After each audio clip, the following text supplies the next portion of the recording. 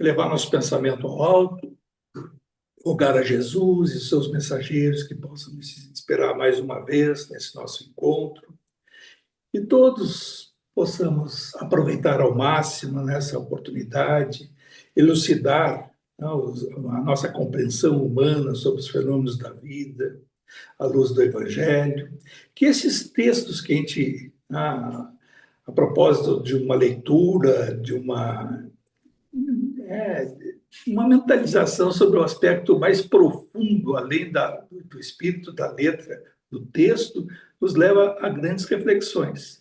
Estamos há pouco comentando sobre a necessidade de cada um expandir mais do que os nossos estudos, a nossa compreensão, concatenando com outras abordagens que já realizamos em outros capítulos, tanto dessa obra como em outras obras e aquelas que a gente sempre procura se esclarecer através dos estudos e das leituras. Que Jesus nos inspire hoje e sempre. Hoje nós vamos tratar o capítulo 31, Nova Luta, da obra Entre a Terra e o Céu. A gente viu no capítulo anterior o processo da reencarnação do Júlio, né? O Júlio que havia cometido aquele suicídio e tal, lá em 1870, na Guerra do Paraguai, passa um período muito difícil no mundo espiritual inferior, é resgatado adiante, né, com o compromisso até dos personagens que estavam, né, convivendo com ele naquela época, que estavam entrelaçados com a sua história kármica, né, o próprio Armando, que é o Amaro hoje, e que faz esse resgate, né, junto com a Lina, que foi a Zumir, é a Zumira hoje, e que se propõe a reencontrá-lo, reconfortando num processo de encarnação. Ele já havia se afogado na última encarnação, aos 8 anos, no Rio de Janeiro, filho do próprio Amaro e da Odila, e por uma negligência da própria Zumbira. E esses personagens agora se reencontram e é dado a ele um processo de uma oportunidade de reencarnar com as sequelas daquele suicídio de 1870. Né? Ele lá havia ingerido uma substância corrosiva, né? Tomou,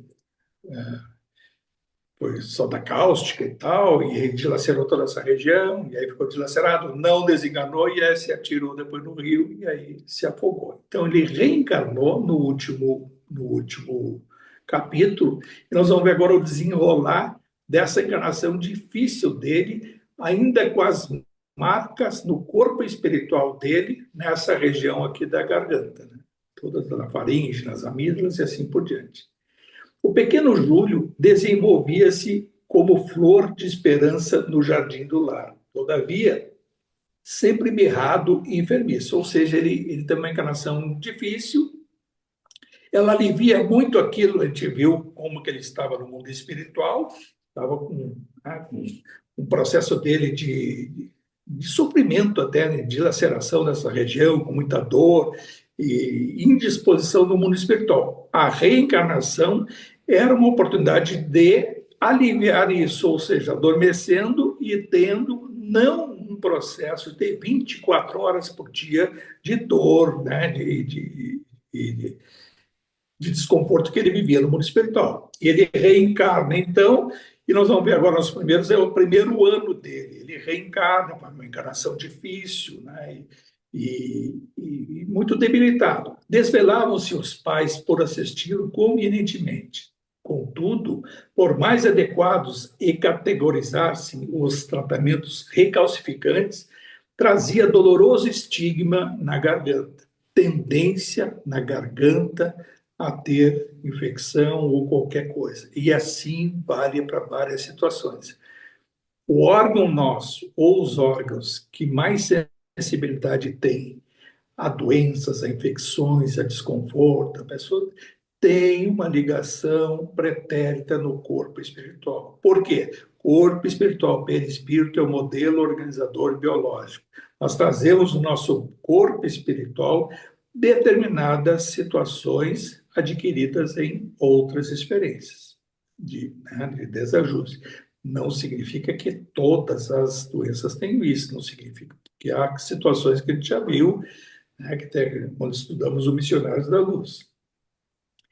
Extensa ferida na glote dificultava-lhe a nutrição. Farinhas suculentas concorriam com o leite materno para rebustecê-lo, mas em vão. Entretanto, apesar dos cuidados que exigia, era uma bênção de felicidade para os genitores e para a irmãzinha Evelise, que sentiam em seu rostinho tendo um ponto vivo de entrelaçamento espiritual. Muitas vezes, aconchegamo-lo ao coração, rememorando os trabalhos que lhe haviam precedido o regresso ao mundo, assinalando a ternura otimista com que Odila, transformada em generosa protetora da família, lhe acompanhava o desabrochar. O pequerrucho já começava a falar por monossílabos, em vésperas do primeiro ano de renascimento, quando nova luta surgiu. Ou seja, até um ano bem enfraquecido, bem algumas coisas, aquela sensibilidade na garganta, né, para algumas coisas que agora vão se acentuar. O inverno chegara rigoroso e vasto surto de gripe espalhara-se ameaçador. A tosse e a influenza compareciam pertinazes em todos os recantos, quando, num dia de grande trabalho para nós, eis que a genitora de Everina veio novamente ao nosso encontro. Então, a Odila vai lá novamente e procura o Clarencio, o Hilário e o André pedindo ajuda. Dantes procurava assistência para Zulmira, agora demandava auxílio para o Júlio, ou seja, ela antes estava preocupada mais com a gestação da Zulmira, aquela coisa, toda aquela reaproximação. Nasceu o menino, então ela estava mais focada nele, e aí começa a perceber a fraqueza que pode gerar um problema, que ela estava ansiosa. O menino, assaltado por teimosa amidalite, jazia prostrado, febril. Dirigimos-nos incontinente para o lar do ferroviário Amaro. Com efeito, o vento soprava, úmido, sob o largo espelho da Guanabara. As ruas, pela vestimenta pesada dos transeuntes, davam ao rio o aspecto de uma cidade fria. Alcançamos sem detença o domicílio de Amaro. O quadro, à nossa vista, era indubitavelmente constrangedor. Penetramos o aposento em que a criança gemia semi-asfixiada, no instante preciso em que o médico da família efetuava meticuloso exame. Clarencio passou a reparar-lhe todos os movimentos. A garganta minúscula apresentava extensa placa branquicenta e a respiração se fazia angustiada, sibilante. O instrutor meneou a cabeça como se fora defrontado por insolúvel enigma e colocou a destra na fronte do facultativo, compelindo-o a refletir com maior atenção. Ou seja, aí veja só, então aí vai o médico, e aí o médico sendo inspirado pelo mundo espiritual para conseguir até concluir pelo melhor diagnóstico. Às vezes a importância de ver assim, o mundo espiritual, às vezes está lá diante de um tratamento, né? Seja que for, tem uma cirurgia, ou está lá numa UTI, ou está no hospital, ou está tomando uma medicação, ou está numa consulta. Inspirar o ambiente, né? Uma oração, um pedido que os bons espíritos estejam acompanhando para melhor intuir aquele que vai provavelmente nos induzir a um tratamento que ele seja o mais benéfico possível a nosso favor. A importância da inspiração, da oração no ambiente. As pessoas às vezes ficam assim, vou orar para fulano que vai se operar. Ora pelo médico que vai operar, pela equipe, pelo ambiente todo, sendo cirúrgico. Porque erro às vezes é fatal. Um erro que leva a um instrumental que é mal manipulado, que pode gerar uma infecção, ou pode ser um vaso que vai ser rompido por um pulso mais firme do cirurgião que possa romper. Isso acontece muito e muito. E a inspiração espiritual é fundamental. Eles agem nesses ambientes até possíveis obsessores. Isso ocorre com, não vou dizer com muita frequência, mas ocorre com determinada frequência. Zulmira e Evelina, sem percebermos a presença, fitavam o médico preocupadas. Após longo silêncio, o clínico voltou-se para a dona da casa, afirmando: creio devamos procurar um colega imediatamente, enquanto a senhora telefona para o marido, chamando-o da oficina. Trarei comigo um pediatra.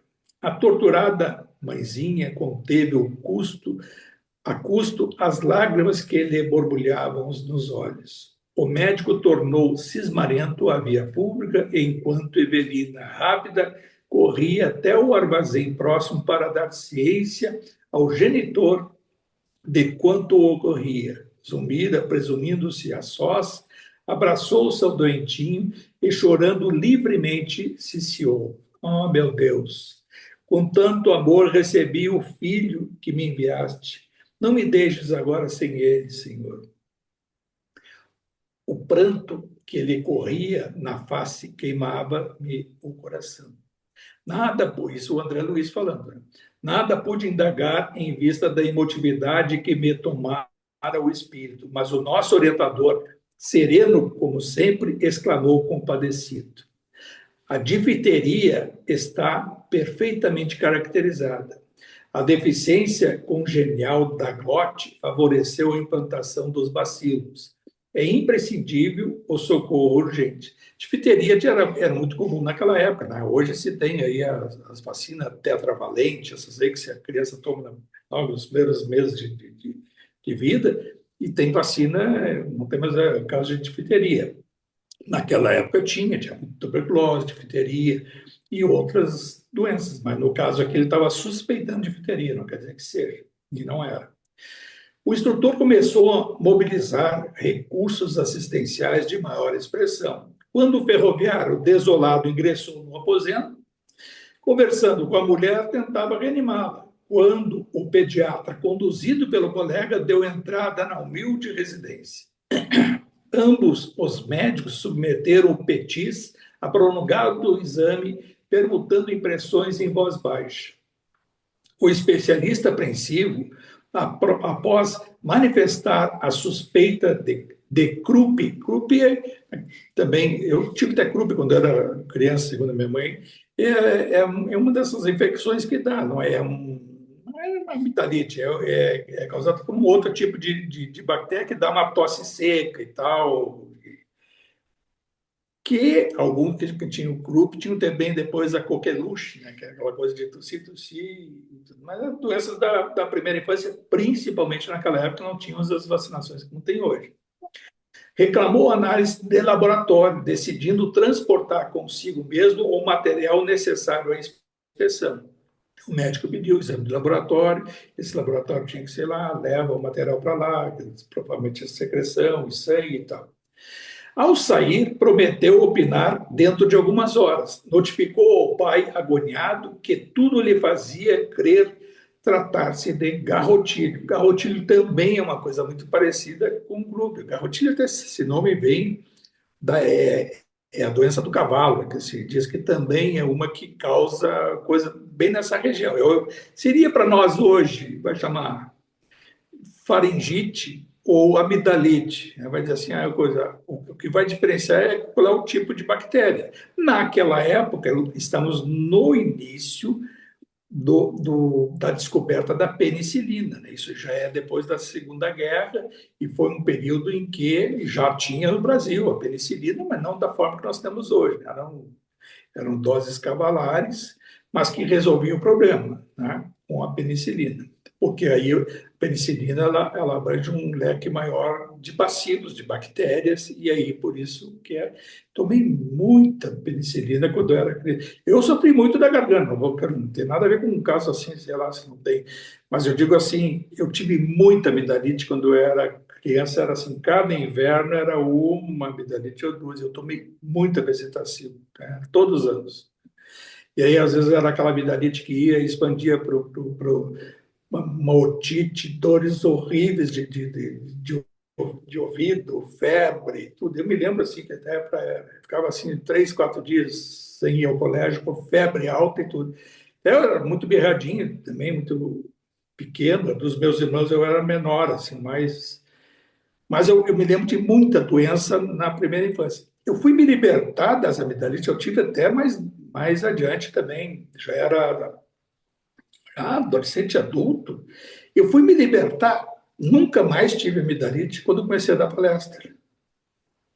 E eu tive, não tive amidalite, mas aí quando ficava assim da palestra durante um tempo, começava a ter dores de garganta, aquela coisa da irritação, claro que o tempo ajuda e tudo, mas nunca mais tive assim amidalite. E nunca mais tomei remédio para isso, nem vai saber, né?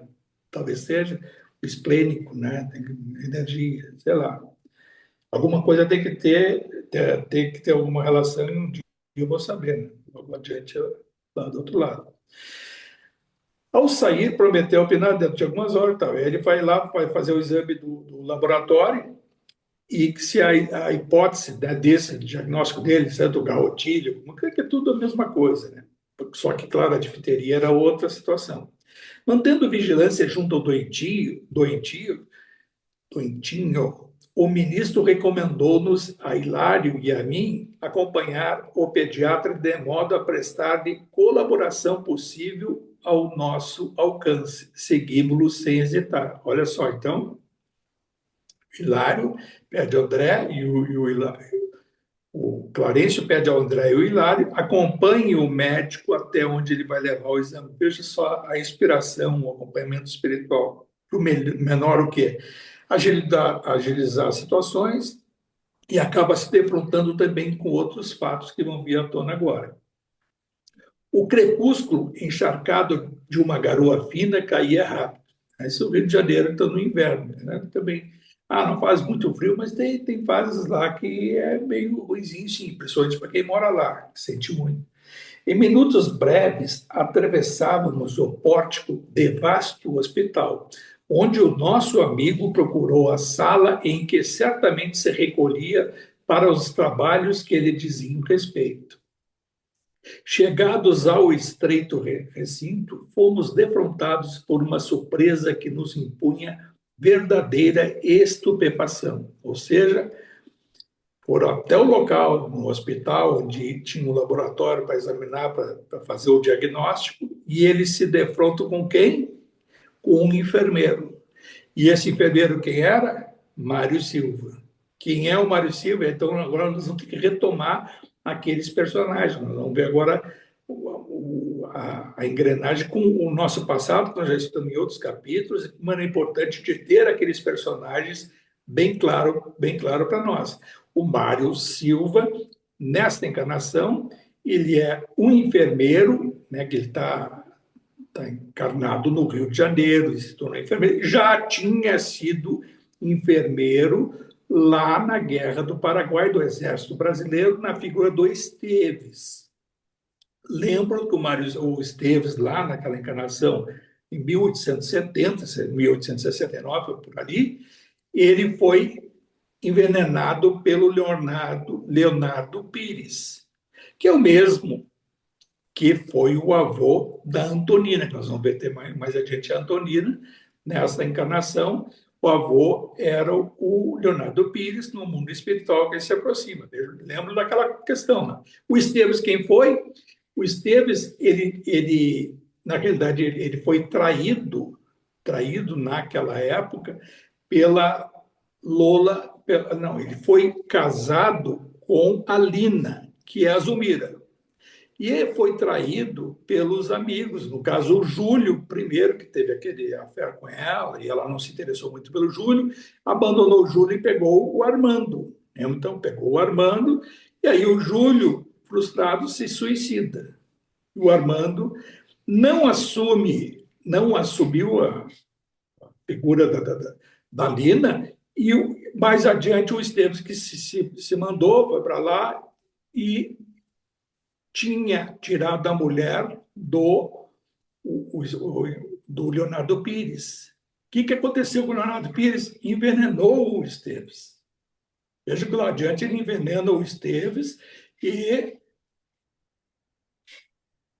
constituiu para ele um grande karma naquela época. O Esteves no mundo espiritual, a gente viu toda essa passagem, não, a gente tem que rememorar todos os capítulos aqui, se não tiver voltar toda a história de novo. E o que é esse capítulo aqui? Um reencontro que nós estamos assistindo. O reencarnado Esteves, na figura de Mário Silva, que era enfermeiro na Guerra do Paraguai, reencarna como Mário Silva e continua como enfermeiro. E ele, como era enfermeiro, nessa encarnação aqui, enfermeiro, ele tenta se reaproximar da Lina, que é a Zumira, e a Zumira, antes de ficar com Amaro, é tanto nome aí, mas dá para entender assim, o mais importante é a gente saber a questão do encontro e reencontro. Não importa tanto os personagens, claro, fica mais bonito entendendo quais são os personagens. Mas eu digo assim, o encontro e reencontro. Vejam toda coisa, o emaranhado, quer dizer, aí vamos ver o prefácio dessa obra com o Emmanuel, quando diz assim: estamos diante de fatos reais que espelham a nossa vivência e os nossos afetos, nossos colaterais na nossa vida, na nossa família. São fatos pretéritos que relatam o nosso presente. Agora vai dizer assim, de que forma que basta olhar para o lado, nós todos temos uma coisa a ver com os outros. Ou por encontro, espelhando uma experiência de terceiros, que nós vamos ter vivência de fatos com esse encontro, que não é um reencontro, mas a experiência do passado nós vamos reviver ali. É aquela situação que muitas vezes a gente até pede perdão, pede, como é que eu posso fazer para reparar isso, aquilo, às vezes não é possível reparar. Por quê? Porque o personagem envolvido com aquele fato nosso que gerou necessidade de reparação, aquele nosso erro, aquele arrependimento que tem necessidade de reparação, não vai ser com essa pessoa mais, mas vai ser com uma pessoa, um encontro que a vida vai nos colocar adiante como fato para não repetir aquele erro. É bonito isso, de dizer assim, então o que eu fiz para o fulano? Até encontrar o fulano. Não necessariamente não vai ser com ele, não vai ser com ela, vai ser com uma situação semelhante e aí nós vamos ter a grande chance de reparar, né? Aí diz assim, mas eu tenho que saber de... Não precisa saber de nada, precisa ser bom. Quando a gente é bom, tem o propósito de ser bom, luta para ser bom, o que tiver à nossa frente a gente vai sair bem.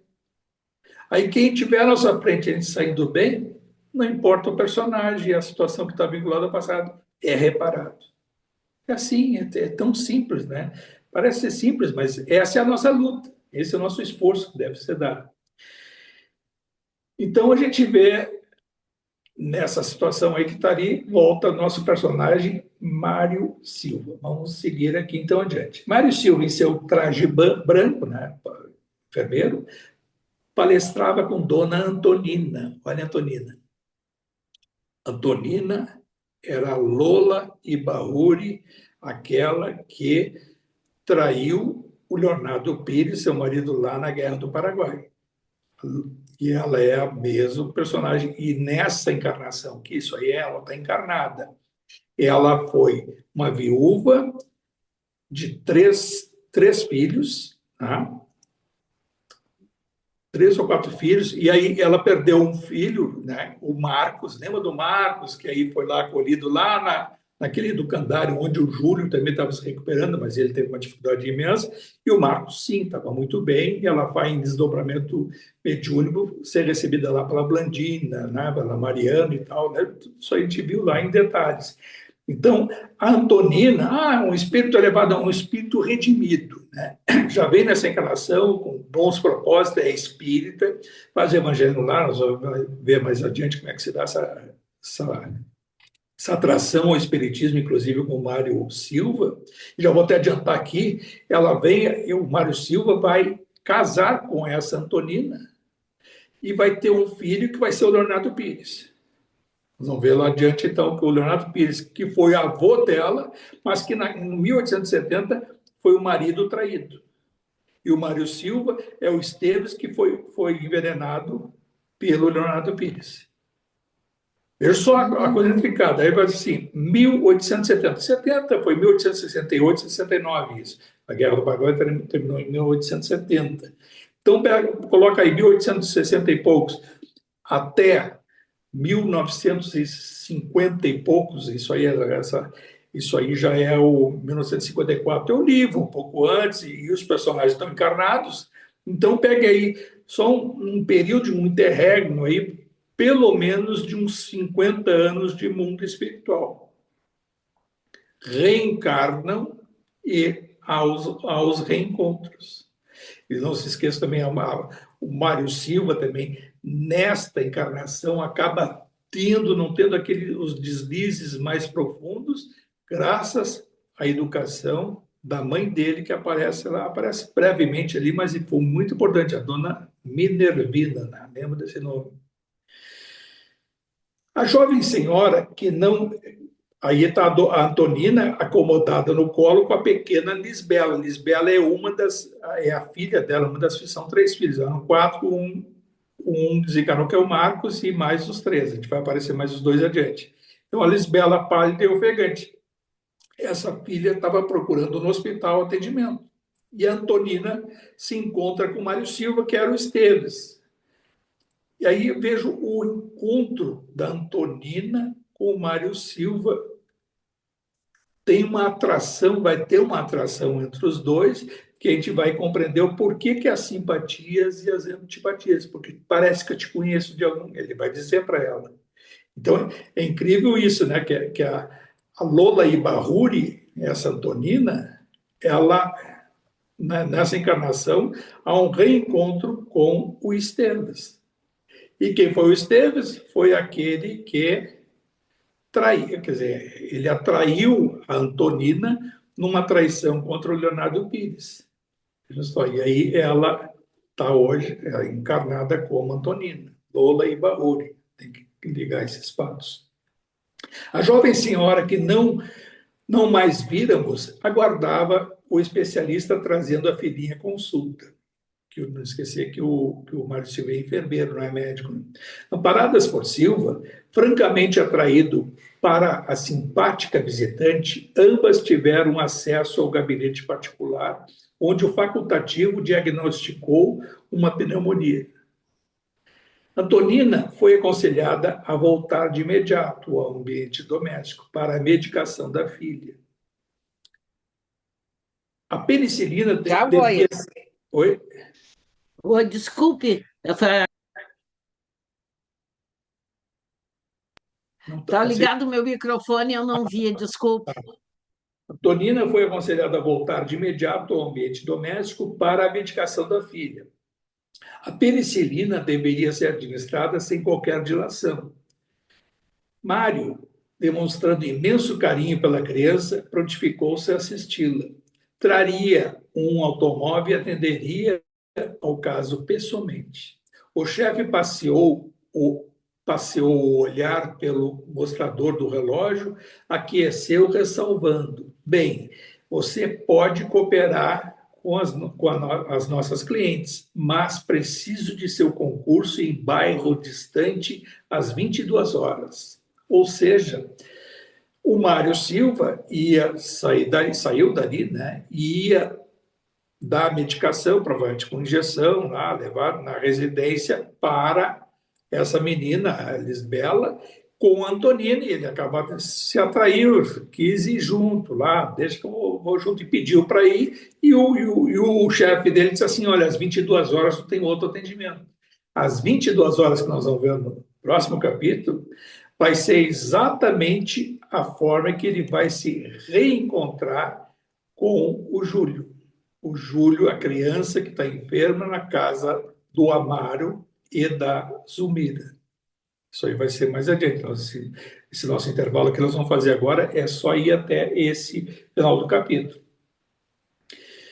Bem, você pode cooperar às 22 horas, ele marca lá com aquela... Ele sabe que não sabia nem onde era, mas não sabia qual era a paciente, mas ele tinha, às 22 horas ele tinha que ir lá na outra. O rapaz assumiu o compromisso de regressar a tempo e um táxi recolheu o trio rolando na direção da casinha que visitaram-nos certa vez. Ante o inesperado daquele encontro, sentimos necessidade de um entendimento seguro com o nosso orientador. Ou seja, o André Luiz, assim, pô, que coincidência, olha as coincidências, viu? Coincidência, presença discreta de Deus, né? Previamente combinada. Ou seja, o mundo nos coloca à frente de determinadas situações que a gente chama muito de coincidência, mas são oportunidades, reencontros. Tornando ao quarto, onde o pequenino Júlio piorava sempre, fizemos breve relato do acontecido. Clarencio escutou com interesse e ponderou preocupado. Não podemos perder tempo, dirijamo-nos à casa de Antonina. A lei está reaproximando os nossos amigos uns dos outros e Mário precisa fortalecer-se para exercitar o perdão. Os raios de ódio da parte dele podem apressar aqui o serviço inevitável da morte. Olha só, coisa incrível isso, né? Mário Silva, não esquecendo que nesta encarnação foi noivo da Zulmira, a mesma Zulmira que tinha sido a Lina lá na época da Guerra do Paraguai. A Zulmira largou o Mário Silva e se aproximou do Amaro, que é o pai hoje do Júlio, né, o marido dela. E não se esqueçam daquele período que a Odila era a obsessora da Zulmira. E o Mário Silva tinha uma determinada frustração da vida. Ele lembra que ele conversando com a mãe dele e tudo, ele teve aqueles sonhos, aqueles encontros em desdobramento, que ele passa a ter depois um encontro na casa da Subida com a Amaro. E aí ele traz psiquicamente uma rejeição à Zulmira e um ódio contra o que tirou dele a Zulmira, que foi o Amaro, que na realidade é o pai hoje do Júlio, novamente do Júlio, né? E a Zulmira hoje, então mais adiante a gente vai entender essa aproximação. E o Clarence está muito preocupado que essa energia de ódio, de vingança do Mário Silva pode interferir no tratamento. Imagina ele se defrontando na casa da Zulmira e sabendo que é o filho dela.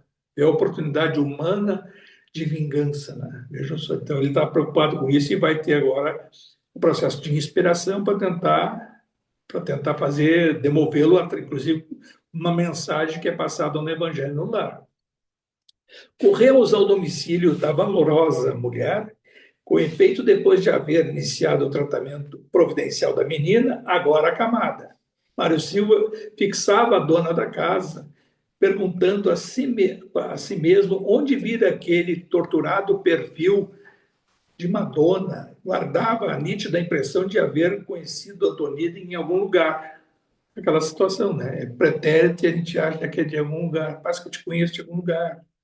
Não é isso, não é gratuito, né? Essas coisas são espontâneas e elas não vão aparecer para nós, às vezes, objetivamente, mas são ligações, assim como as rejeições, né?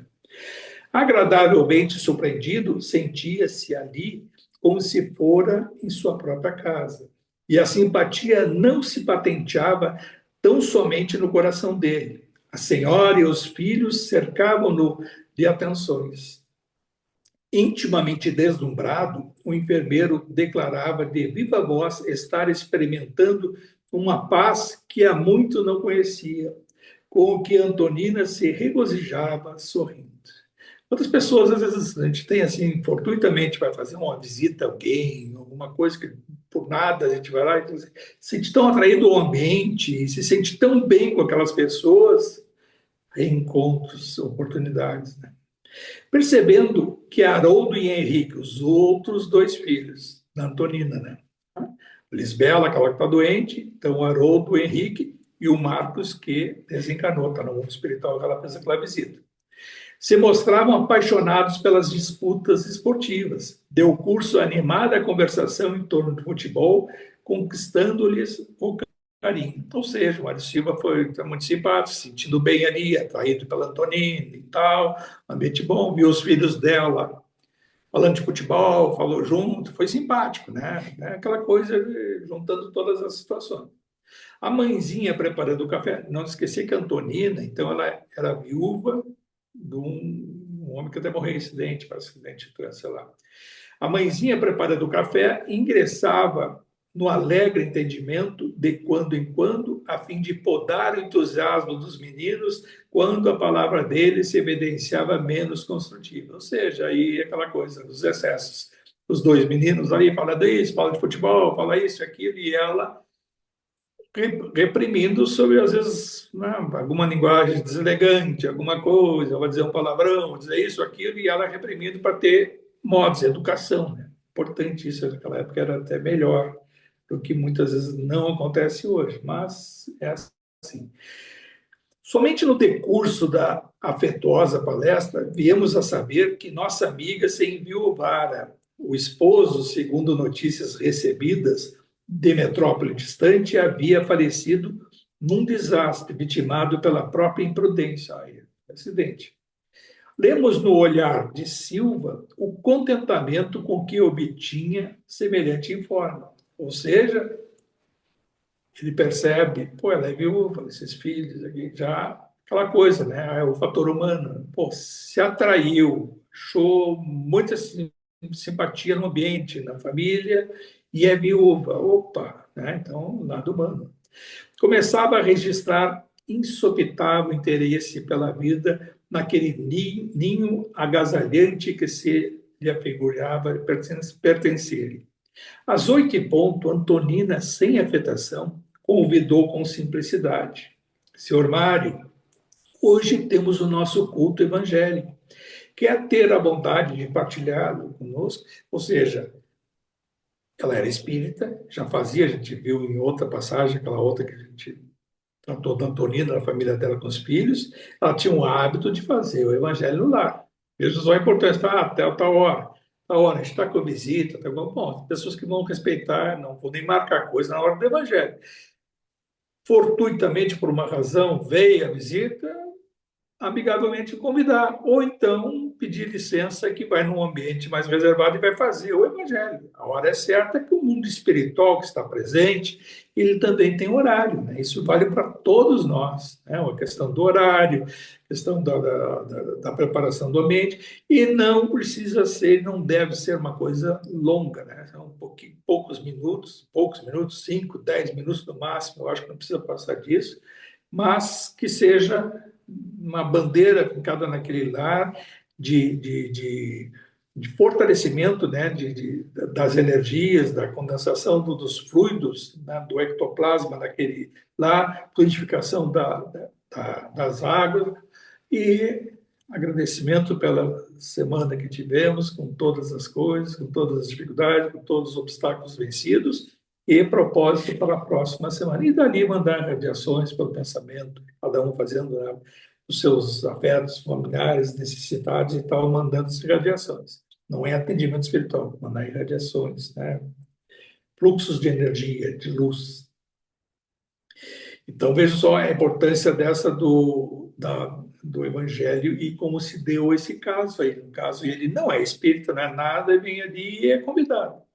A reunião nessa noite foi efetuada ao redor do leito de Lisbela, ou seja, estava doente lá, por lá perto do leito dela, na cama dela, que não desejava perder o benefício das orações. Um copo de água puro foi colocado junto à cabeceira da pequenina. E, de Novo Testamento em punho, acomodados aos companheiros, Antonina recomendou a Henrique que fizesse a rogativa inicial. O menino recitou o Pai Nosso e, em seguida, pediu a Jesus a saúde da irmãzinha doente, com enternecedora súplica.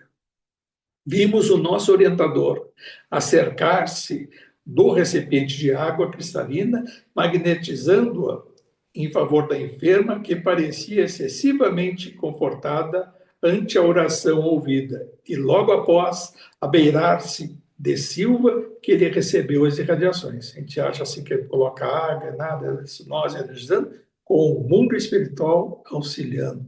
O mundo espiritual também se agregando aquelas nossas rogativas, os nossos propósitos e fluidificando a nossa água que vai ser ingerida com as moléculas sendo alteradas, um processo todo de sintonia espiritual com o Altíssimo, nos dando vibrações em todas as nossas células e nossos órgãos. Quem abrirá o livro hoje? Perguntou Haroldo, com graciosa malícia, fitando o hóspede inesperado. Tem uma forma de fazer evangelho, que alguns fazem aquela coisa de evangelho, né? Quando vão abrir uma página do evangelho, ler, comentar e tudo. Eu já até passei, eu já não faço coisa assim, né? Vai direto assim, pensamento, oração e depois em voz alta as orações, uma oração e encerrar com o Pai Nosso. Mas eu digo assim, a questão essa de utilizar a página do Evangelho, não é, também existe a interferência do mundo espiritual ajudando e auxiliando e inspirando. Certamente nosso amigo nos fará essa honra, disse a genitora, indicando o enfermeiro. Imagina só, ele nunca fez evangelho lá, ele recebe aquele convite, né, para abrir um evangelho e nem percebe o que é. Mari, ignorando como expressar a felicidade, tudo era bom para ele, estava se sentindo bem, que bom, que estava se sentindo bem, a presença espiritual, a gente estava ali, Clarence, todos aqueles outros e tal, a vibração era elevada, então se sentia muito bem. E deve ter sentido uma determinada emoção, tudo inexplicável, porque não tinha convivência do que se tratava, né? Felicidade que ele fluía do coração, acolhendo um pequeno volume sob a atenção de Clarencio, que ele tocava o busto e as mãos, influenciando-o para a descoberta do texto adequado. Vejo que até isso existe, né? Não quer dizer que seja sempre, mas isto existe, né? O moço, algo trêmulo na participação de um serviço espiritual inteiramente novo para ele, sem perceber o amparo que o envolvia, abriu em determinada passagem qual se agisse a esmo, passando o livro a Antonina, que leu em voz pausada o versículo 25 do capítulo 5 das anotações do apóstolo Mateus, do Mateus. E aí aquela passagem da reconciliação com o adversário. Concilia-te depressa com teu adversário, enquanto te encontras a caminho com ele, para que não aconteça com o adversário, te entregue ao juiz, e o juiz te entregue ao oficial para que sejas encerrado na prisão. Essa é a passagem aquela que nos invoca a necessidade de perdão, de perdoar os nossos desafetos, e auto-perdão também. Eu li uma vez, eu não me lembro se foi o Emmanuel, eu não entendia bem essa questão, assim, parece uma coisa coercitiva, de Deus, de culpa, de levar ao juiz, e o juiz entrega ao oficial, e tu vai ser encerrado na prisão. O Emmanuel deu uma explicação muito relevante sobre isso, eu acho que foi ele, dizendo o seguinte, que te reconcilia com o teu adversário, senão eu vou te entregar a tua consciência. A tua consciência vai pesar. Se eu não me reconciliar, se eu não me auto-perdoar e perdoar os meus adversários, eu vou carregar na minha consciência aquela falta, aquela necessidade de reparação. O juiz é a própria consciência. E se o juiz, a consciência fica pesada, ela vai te entregar o quê? Ao oficial. Aí o Emmanuel diz que o oficial é a reencarnação. Vou levar para outra encarnação o que eu não consegui fazer hoje, me auto-perdoando e perdoando meus adversários. Muita lógica nisso, dá uma compreensão mais amorosa sobre as palavras, parece assim, de culpa, de condenação e tal. A consciência, a gente carrega na consciência coisas que a gente não consegue superar pela reparação do perdão. A gente carrega isso, a gente leva no dia a dia. O orgulho é a nossa o grande adversário da capacidade de perdoar. Nós somos orgulhosos. E se nos voltamos interiormente para os nossos princípios, as nossas coisas, isso é egoísmo. O egoísmo e o orgulho são a grande fonte, a matriz de todas as nossas imperfeições, nossos defeitos. Todos são ramificados a partir do orgulho e do egoísmo. E isso só se liberta quando nós temos a capacidade de perdoar e se auto-perdoar. O dirigente do culto, que naquela noite se revelava mais retraído, a dirigente do culto, a Antonina, pediu a interpretação dos meninos que, de modo ingênuo, se reportaram às experiências da escola, afirmando que sempre adquiriam a paz buscando desculpar as faltas dos companheiros. Haroldo asseverava que a professora sempre sorria contente quando lhe via a boa vontade, e Henrique salientou haver aprendido no culto do lar que era muito mais agradável o esforço de viver em harmonia com todos. Veja só a inspiração que os meninos têm para colocar isso e ele ouvindo. E aí, vamos ver se é o Mário Silva, ele trazia uma mágoa profunda de ter perdido a Zulmira e que soube depois que perdeu a Zulmira porque ela o abandonou, ela não traiu, ela o abandonou no noivado e foi casar com a Amaro. Então, ela trazia essa mágoa. Mas nós sabemos que não é a Zulmira de hoje, nem o Amaro, é aquele passado, aquele pretérito lá de 1870. Essa é a razão da maior dor dele, que ele externava como uma necessidade de vingança e até de ódio. A importância do Clarencio é assim, vamos tentar amenizar isso agora, a tempo antes que ele venha se defrontar com o lar da própria Zulmira com o seu filho Júlio. A palestra parecia ameaçada de esmorecimento, mas o nosso orientador aproximou-se de Antonina e, impondo-lhe a desca sobre a fronte, como que a impelia o comentário justo. Aí vem a inspiração, aquela coisa recebendo. Haroldo indagou a genitora, de olhos brilhantes, como devemos interpretar um inimigo em nossa vida. O menino replicou sem pestanejar. Mãezinha, a senhora nos ensinou que conservar um inimigo em nosso caminho é o mesmo que manter uma ferida perigosa em nosso corpo. A definição foi bem lembrada, falou a viúva com espontaneidade encantadora. Sem a compreensão fraterna que nos garante o culto da gentileza, sem o perdão que esquece todo o mal, a existência na terra seria uma aventura intolerável. Além disso, quando Jesus nos ditou a lição que nos recordamos hoje, indubitavelmente considerava que a razão nunca vive inteira ao nosso lado.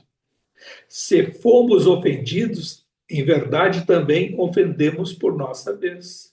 Precisamos desculpar os outros para que os outros nos desculpem. Quando abraçamos o ideal do bem, compete-nos tentar, por todos os meios ao nosso alcance, a justa conciliação com todos os que se encontrem conosco em desarmonia, prestando-lhe serviço para que renove a conceituação a nosso respeito. Mais vale para nós o acordo pacífico, que é a demanda mais preciosa, porque a vida não termina neste mundo e é possível que, buscando a justiça em nosso favor, estejamos cristalizando a cegueira do egoísmo em nosso próprio coração, caminhando para a morte com aflitivos problemas. Coração que conserva rancor é coração doente. Alimentar ódio ou despeito é entender inomináveis padecimentos morais no próprio espírito. Silvia estava pálido. Quer dizer, toda essa inspiração do Clarencio, ela faz essa externa, essa compreensão na luz dela com inspiração do Clarencio, coisa de profundo, tocante, principalmente para alguém que trazia no coração alguma coisa, ele sabia que ele tinha ele carregava não digeriu aquela mágoa profunda dele em relação a Zulmira e, no caso, o Amaro junto, e sentia que isso com uma dor, um vazio dele pretérito dessa encarnação com causas em outra encarnação. Aquelas conclusões feriam-lhe fundo o modo de ser. Tão desajustado se revelou escutando aqueles apontamentos de Antonina, ele, registrando a estranheza, ponderou sorrindo. O Senhor, de certo, nunca teve inimigos. Um enfermeiro diligente será, sem qualquer dúvida, o irmão de todos. Só aí toca ele e ele, sim, sim, não tenho adversários, gaguejou o moço, constrangido. Mas na tela mental, sem que ele pudesse controlar a eclosão das próprias reminiscências, apareceram Amaro e Zulmira como os desafetos que ele, no âmago do espírito, não conseguia desculpar. Vejam só, assim, nós sabemos, a gente, assim, as leis de Deus estão na nossa consciência. Sabemos o que é certo e o que é errado. Mas quando se defronta com alguma coisa, vem uma coisa lá escondidinha de anos atrás de sair. Aí eu acho que tem um pontinho de tal fato que eu enfrento como obstáculo hoje, que deve ter certamente uma ligação, mesmo que indireta, com aquele ponto. Então, isso nos traz o quê? Conforto. Traz o conforto. Estou tendo aqui a oportunidade de pensar sobre isso, mas vou tentar superar isso. Esse obstáculo eu vou tentar superar, não jogando naquele ponto que aí eu posso me colocar como um injustiçado, alguém, um coitado daquele passado, mas de superar aquilo ali e perdoar quem esteja atrelado àquele pontinho que nos leva a uma reflexão ao obstáculo que a gente está enfrentando hoje. Odiava-os, sim, odiava-os, pensou de si para consigo, ou seja, ele não consegue esconder o pensamento, né? Então, Clarencio capta isso e é colocado ali. Jamais com semelhantes adversários. Entretanto, a sinceridade da interlocutora encantava-o. Aquela viúva jovem, cercada de 3 filhinhos, superando talvez obstáculos dos mais inquietantes para viver, constituía um exemplo de quanto podia edificar o espírito de sacrifício. Não se esquecer que a Tonina, ela ficou viúva, sem condições materiais, criando, e tinham praticamente, tinha um cômodo só, uma sala e um quarto só, todos esses filhos e ela. A gente já viu aquele desdobramento que teve lá dormindo e tal, e muito pobre, mas espírita, né? Cristã, né? Redimida, procurando ser uma pessoa nessa encarnação melhor ou bem melhor do que foram lá na época da Guerra do Paraguai. Em nenhum ambiente encontrara antes aquele calor de fé pura necessário às grandes construções de ordem moral. Além de tudo, laços de vigorosa afinidade impeliam-no para aquela mulher, com quem se simpatizara à primeira vista. Por mais vasculhasse as próprias lembranças, não conseguia recordar onde, como e quando a conhecera. Sentia, porém, que a palavra dela lhe impunha indefinível bem-estar. Fitando-a com enternecimento, perguntou: a senhora julga que devemos procurar a conciliação com qualquer espécie de inimigo? E ela responde: sim, respondeu. E quando os adversários são de tal modo inconvenientes que a simples aproximação deles nos causa angústia, ou seja, o passado.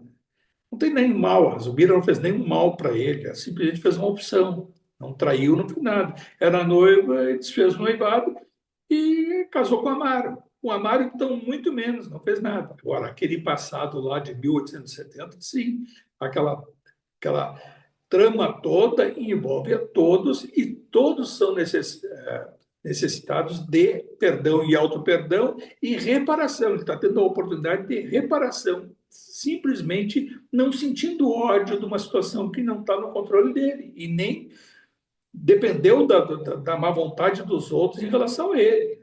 São escolhas. Antonina compreendeu que algo doloroso vinha à tona daquela consciência que lhe ouvira a dissertação, ocultando-se e obtemperou. Entendo que há sofrimentos morais quase intoleráveis, entretanto, a oração é o remédio eficaz de nossas moléstias íntimas. Se temos a infelicidade de possuir inimigos cuja presença nos perturba, é importante recorrer à prece, rogando a Deus nos conceda forças para que o desequilíbrio desapareça, porque então um caminho de reajuste surgirá para a nossa alma. Todos necessitamos da alheia tolerância em determinados aspectos de nossa vida. Os olhos de Mário cintilaram. E quando o ódio nos avassala, ainda mesmo quando não desejamos ficar o preocupado. Olha só, e quando o ódio nos avassala, toma conta, né? Mesmo quando a gente não deseja, olha só as expressões, e não esquecer que é nesse momento que a gente externa esse ódio, aquela raiva, há impulsos de obsessores, adversários de quem a gente está tendo aquele sentimento. Isso acontece quase que simultaneamente. Não há ódio que resista aos dissolventes da compreensão e da boa vontade. Quem procura conhecer a si mesmo desculpa facilmente. Ou seja, pode ter aquela questão nossa, até de interferência de obsessores, mas a força nossa de vontade não pode simplesmente, vou orar e entregar para o Espírito. Tem que ter esforço. Tudo que a gente faz, podemos pedir, é legítimo pedir, pedir obtereis, ajuda do mundo espiritual, mas tem que ter um esforço. Isso é um algo a mais que nós damos sempre em todas as situações.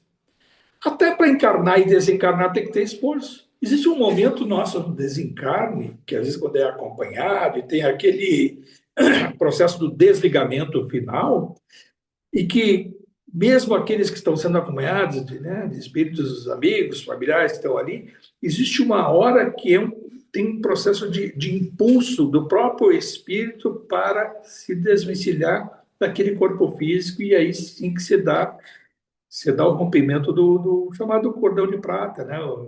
Dos laços fluídicos nossos, que aí acelera o processo de falecimento do corpo físico. Esforço, tem que ter um pouquinho disso.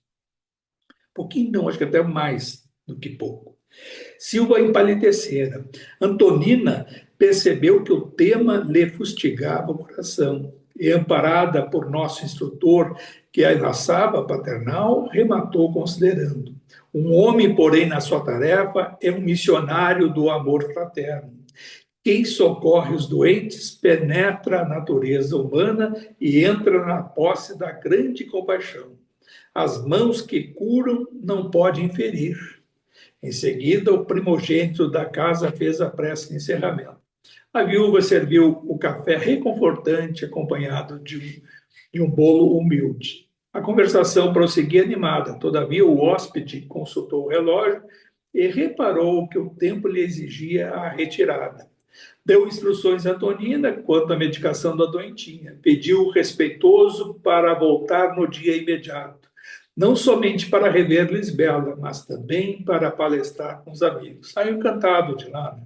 A senhora e as crianças aqueceram, felizes, afirmando-lhe que seria sempre bem-vindo. E Mário, com um sentimento novo a lhe brilhar os olhos, seguiu dentro da noite, como quem caminhava tangido pela abençoada esperança, ao encontro de novo destino. Que aí ele vai dali, vai para outra paciente, que é lá o Juro e a Zulmira.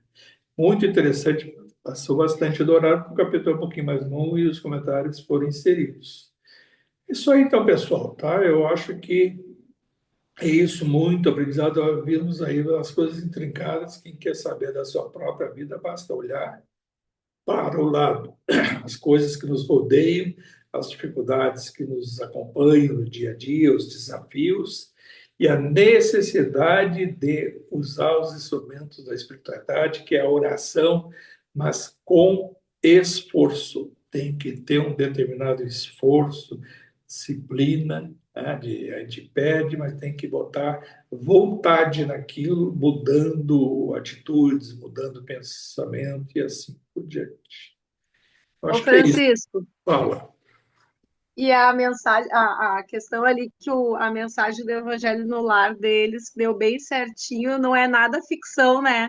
Como a mensagem no Evangelho do Lar cai como uma luva, né? Quando tu tem a regularidade, quando tu faz para nós, aqui é batata a mensagem que cai cada domingo.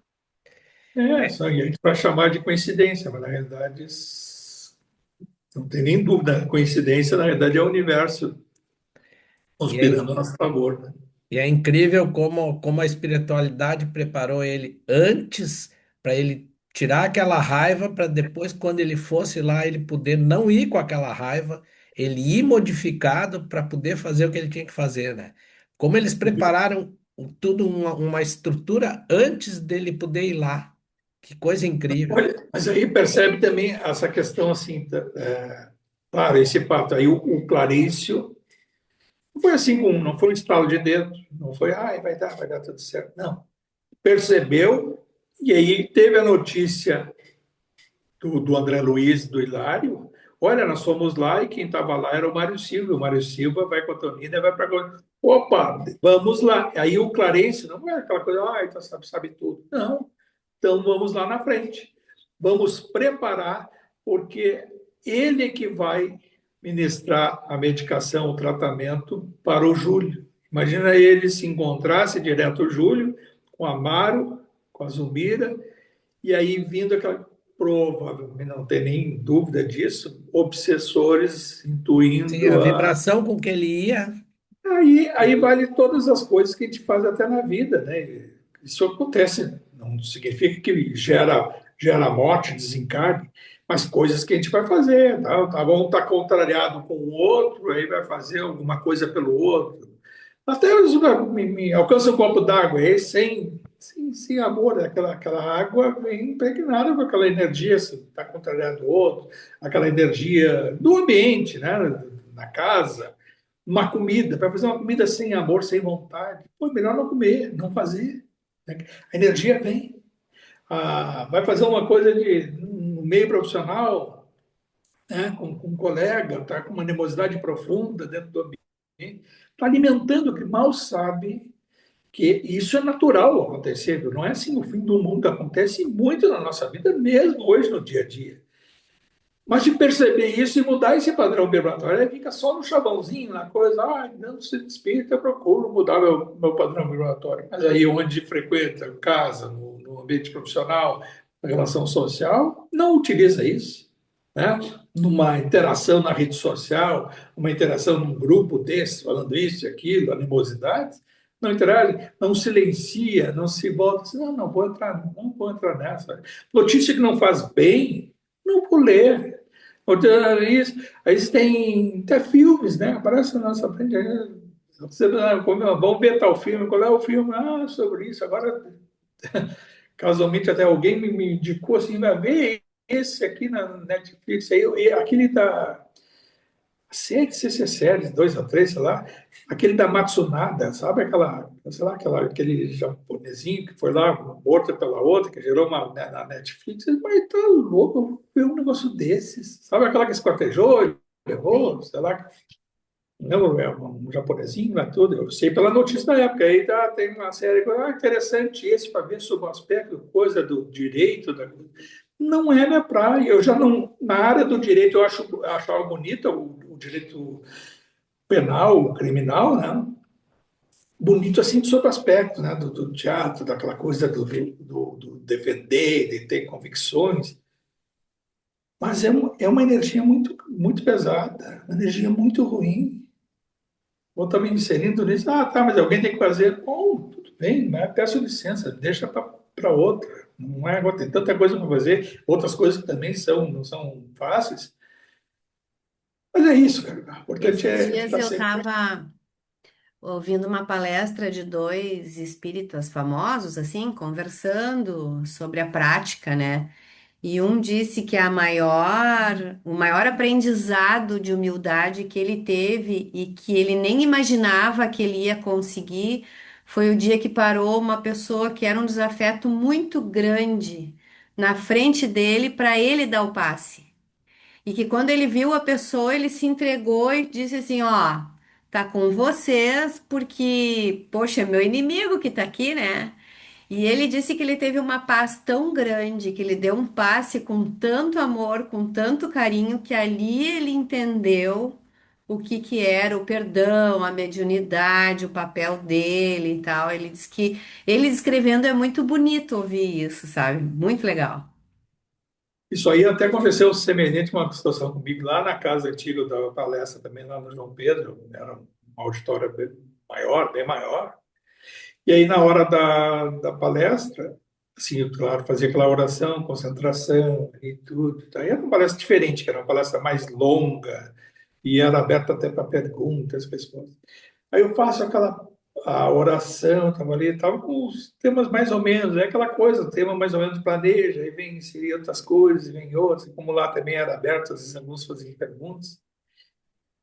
E aí eu olho para um canto assim, aí tinha um cara que trabalhava lá no Grupo Conceição e que era realmente adversário, assim, adversário da atuação, de coisa de poder ali, sei lá, coisa. Ele foi chefe de uma outra época, falava mal de mim, eu tinha uma determinada antipatia. E vejo, sabe aquela coisa de sair da oração, e eu olho assim, na verdade até aprendi que coisa de público não se olha, né? Aprendi uma vez quando eu fiz muitos anos atrás, tinha aulas com um cara que dava aula de teatro e tudo isso. Não, o público não é o público, é uma parede. Não tem que olhar, tu não vai olhar. Esse aqui está ali, está simpático, o outro está rindo, o outro está sério, o outro está olhando para o lado, o outro está cara de bravo. É uma parede. Tu não, uma coisa que me chamou muita atenção, poucas aulas de teatro com ele dizendo assim, à frente não existe aquele público. Inclusive, tá cheio, tá bom, nem te liga nisso. Tu vai falar, se ficar sozinho, meia dúzia. Se tu olhar para um e olhar a reação dele, aí tu olhar para outra, não é coisa, esse não gostou, e aí tu já vai dar o branco e acabou. Isso é técnica que todos usam, isso, né? É assim, é uma das formas. E eu olhei de relance ao lado e era assim, aquela coisa. Engraçado que é o lado esquerdo, sempre as coisas que não são.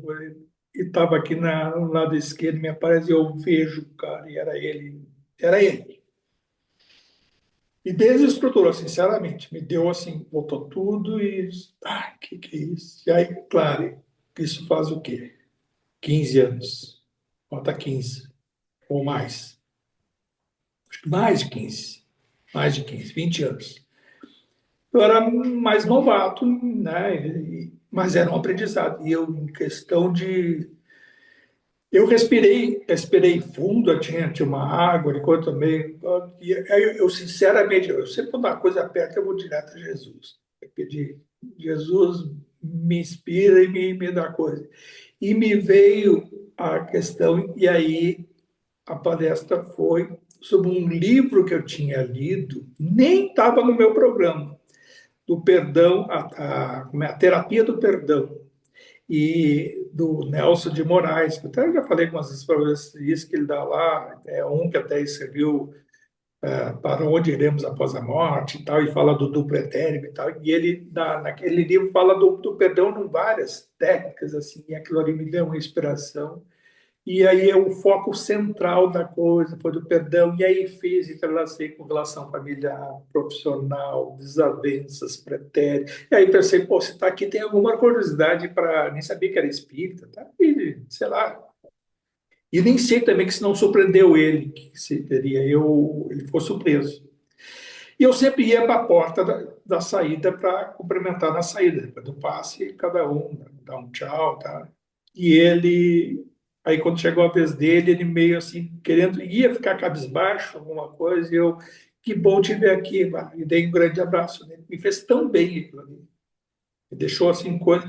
Mudamos a relação, e ele passou depois lá dentro, né? Depois ele foi para outros meses, depois se tornou vereador em Porto Alegre, e depois um monte de coisa. Ele tem uma trajetória que está até hoje aí na vida pública, e passou a falar bem de mim, assim, sobre as coisas. Olha, vocês têm que conhecer melhor o Francisco.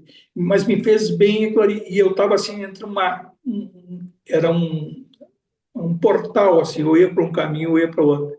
Cheguei a balançar, e aí eu sinceramente, ó, quando a coisa aperta, é Jesus, eu sei que são os mensageiros, não é Jesus que vai estar ali, tá. Mas os seus amigos espirituais me inspiraram e me ajudaram muito. Eu agradeço muito até uma situação semelhante a essa que tu contasse. Mas é isso aí, pessoal. Vamos então encerrar. Passamos bastante do tempo. São capítulos, parece que agora são um pouquinho maiores, mas a gente está agora no desfecho dessa obra. Acho que mais uns 2, 3 meses a gente termina. Levar nosso pensamento ao alto, renovar nossa gratidão, os nossos amigos espirituais, sempre eles, sempre em nome de Jesus, e até renovar também a nossa persistência aqui, onde, diante de dificuldades, a força nossa é a da oração. A força nossa é pedir a Jesus que Jesus está inserido no Pai, tá? Que Deus é a energia que está presente em todos os lugares, em todas as situações. Dos pontos que interage com essa energia de consciência superior plena é Jesus, nosso modelo e mestre. Através das invocações a Ele, da nossa gratidão a Ele, das nossas rogativas a Ele, os seus mensageiros, interlocutores, que agem no nosso psiquismo, que agem na trilha do nosso caminho, sempre nos protegendo, nos dando a melhor concepção da vida, melhor a força necessária a vencer todos os obstáculos. Pai nosso que está no céu, santificado seja o vosso nome, venha a nós o vosso reino. Seja feita a vossa vontade, assim na terra como no céu. O pão nosso de cada dia nos dai hoje. Perdoai as nossas ofensas, assim como nós perdoamos a quem nos tem ofendido. E não os deixeis cair em tentação. E livrai-nos de todo mal, Senhor. E que assim seja.